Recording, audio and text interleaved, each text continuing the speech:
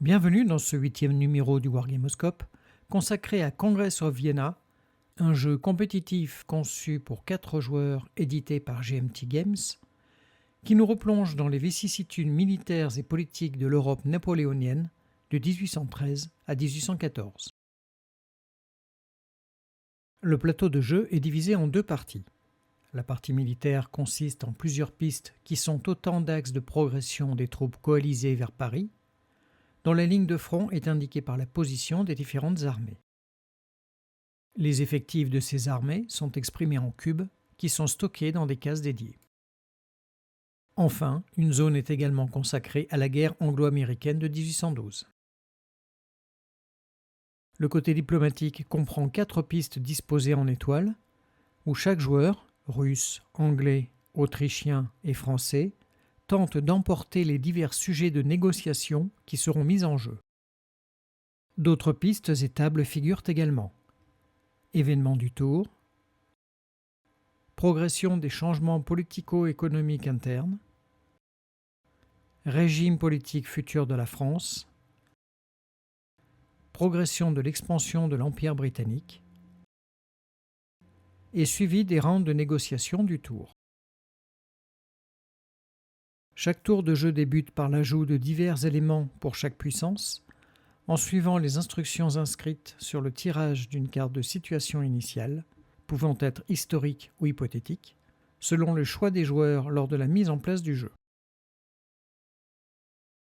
Ensuite, d'autres aspects de la période, dont la lutte maritime globale entre la France et l'Angleterre et la mobilisation des forces américaines, sont simulés de manière abstraite par 2 jets de dés sur une table d'environnement initiale. Vient ensuite la phase centrale du jeu, à savoir la phase diplomatique. Celle-ci débute par la distribution de cartes de personnages et d'événements à chaque joueur, dont le nombre est de 10, augmenté de divers facteurs, dont par exemple le statut de la guerre de 1812, l'état de guerre ou de paix de l'Autriche, mais majoritairement des pays et régions faisant encore partie de l'Empire français à ce moment-là. Simultanément, les joueurs sélectionnent et misent secrètement une carte de leur main afin de déterminer qui aura l'avantage d'être toujours le dernier joueur du tour. Celui-ci est désigné par la carte ayant la plus haute valeur et place aussitôt sur sa piste nationale un premier sujet de négociation disponible dans la case égale à la différence entre la valeur de sa carte et la plus faible des autres cartes misées. Puis, en commençant par le joueur situé à sa gauche, chaque joueur place 2 sujets de négociation disponibles au centre de la table de négociation. Ensuite, toujours en commençant par le joueur situé à gauche de celui qui a remporté la mise de carte initiale, chacun joue une carte de sa main et déplace un sujet de négociation d'autant de cases vers le fond de sa piste nationale. Ce peut être pour ramener dans son giron un sujet situé sur une piste adverse, pour affaiblir la position d'un sujet situé sur une piste adverse, ou bien raffermir son contrôle sur un sujet donné en le ramenant vers la case finale de sa piste, sachant que s'il l'atteint et y demeure, il est considéré comme étant totalement acquis par le joueur et ne pourra plus en bouger. À noter que si la carte jouée possède des effets précédés d'un losange dont l'initiale inscrite dedans correspond à celle du joueur ou bien est une plume, il s'applique immédiatement. De même, des effets précédés d'un cercle ayant l'initiale de sa puissance s'appliquent immédiatement ou bien lors de la phase indiquée. Ceci fait, l'un des adversaires peut débattre cette action, c'est-à-dire ramener vers lui le sujet en cours de discussion, en jouant à son tour une carte. Là aussi, tout effet précédé d'un losange, d'une plume ou d'un cercle peuvent s'appliquer. Au lieu de négocier un sujet, le joueur en face peut échanger l'une de ses cartes avec une carte de la main d'un autre joueur si ce dernier est d'accord, mais sans donner d'informations précises sur leur nature. La contrainte étant que la nationalité indiquée sur les 2 cartes échangées doit correspondre à chaque joueur qui la reçoit. Ce cycle de négociation est accompli 6 fois, sachant qu'un joueur peut passer afin de conserver ses cartes s'il avait débattu au tour de négociation précédent. Enfin, le joueur ayant réussi à positionner le plus de sujets sur sa piste nationale est déclaré vainqueur de la phase diplomatique et engrange des points de victoire. Vient alors la phase de gouvernement. Chaque joueur dispose d'un certain nombre de ressources qui dépendent de sa nationalité, augmentées par l'effet de certaines cartes jouées ou par certains sujets acquis lors de la phase diplomatique. Dans l'ordre indiqué par le chiffre romain qu'il porte, chaque sujet de négociation acquis par une puissance doit obligatoirement être financé par celle-ci en dépensant l'une de ses ressources et être appliqué. À noter que certains sujets placés sur la piste d'une puissance mais appartenant à un joueur adverse doivent être payés par ce dernier alors qu'ils seront résolus par le joueur qui les a acquis. Ainsi, après avoir éventuellement distribué des ressources britanniques à certains coalisés, l'armistice entre la Russie et la France peut se produire, ce qui permettra l'entrée en guerre de l'Autriche. La guerre de 1812 peut s'achever.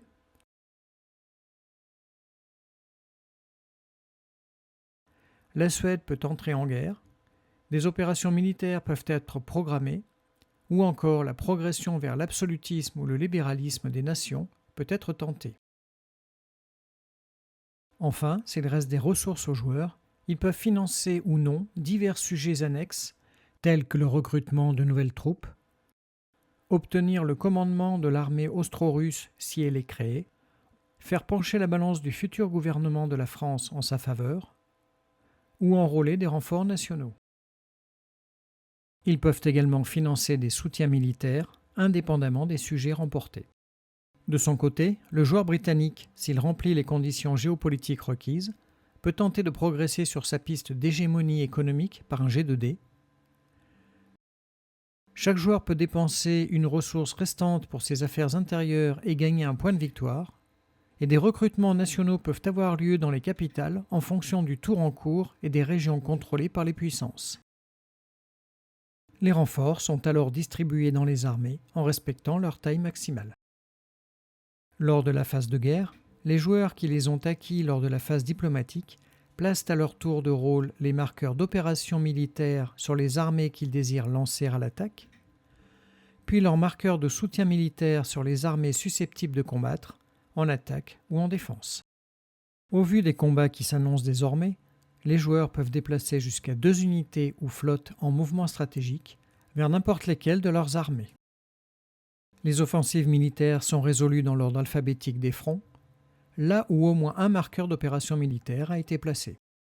Pour une bataille donnée, chaque camp impliqué indique sur une échelle le nombre de cubes qui constituent son armée, ajoute 3 s'il avait placé du soutien militaire, ajoute ou enlève 3 dans le cas de l'armée austro-russe avec ou sans commandement unique, ajoute 3 si son armée combat sur son sol national, ôte 3 s'il débarque ou s'il attaque en montagne, diminue de 6 les 2 jauges en cas de retraite annoncée, et augmente son score ou diminue le score adverse en jouant des cartes de bataille.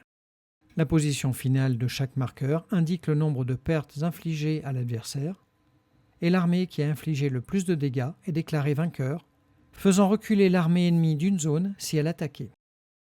Sur le front anglo-américain, l'armée vaincue ne recule pas, mais le statut du conflit est déplacé d'un cran vers le camp du vainqueur. Lorsque ce statut est parvenu à l'extrême gauche ou droite, la puissance qui a l'avantage peut essayer d'acquérir en négociation le traité de paix correspondant de cette guerre, afin d'en tirer des bénéfices non négligeables chaque tour suivant. Enfin, si la bataille impliquait au moins 4 cubes de part et d'autre et qu'aucun camp n'avait annoncé de retraite au préalable, elle est qualifiée de majeure. Le vainqueur gagne 1 point de victoire et le vaincu en perd 1. Le changement de contrôle d'une région peut également rapporter et faire perdre des points de victoire, ainsi qu'octroyer des renforts et une carte supplémentaire au tour suivant. La partie s'achève soit à la fin des tours fixés par le scénario avec comme vainqueur le camp qui a le plus de points de victoire, ou bien par mort subite. Cette dernière se produit quand une des 4 puissances acquiert 80 points de victoire, ou bien quand Paris est cerné par les armées coalisées et que Napoléon capitule, auquel cas c'est la puissance coalisée qui a le plus de points de victoire qui l'emporte. Concernant le chrome historique, outre les personnages et événements décrits sur les cartes, chaque puissance a ses avantages.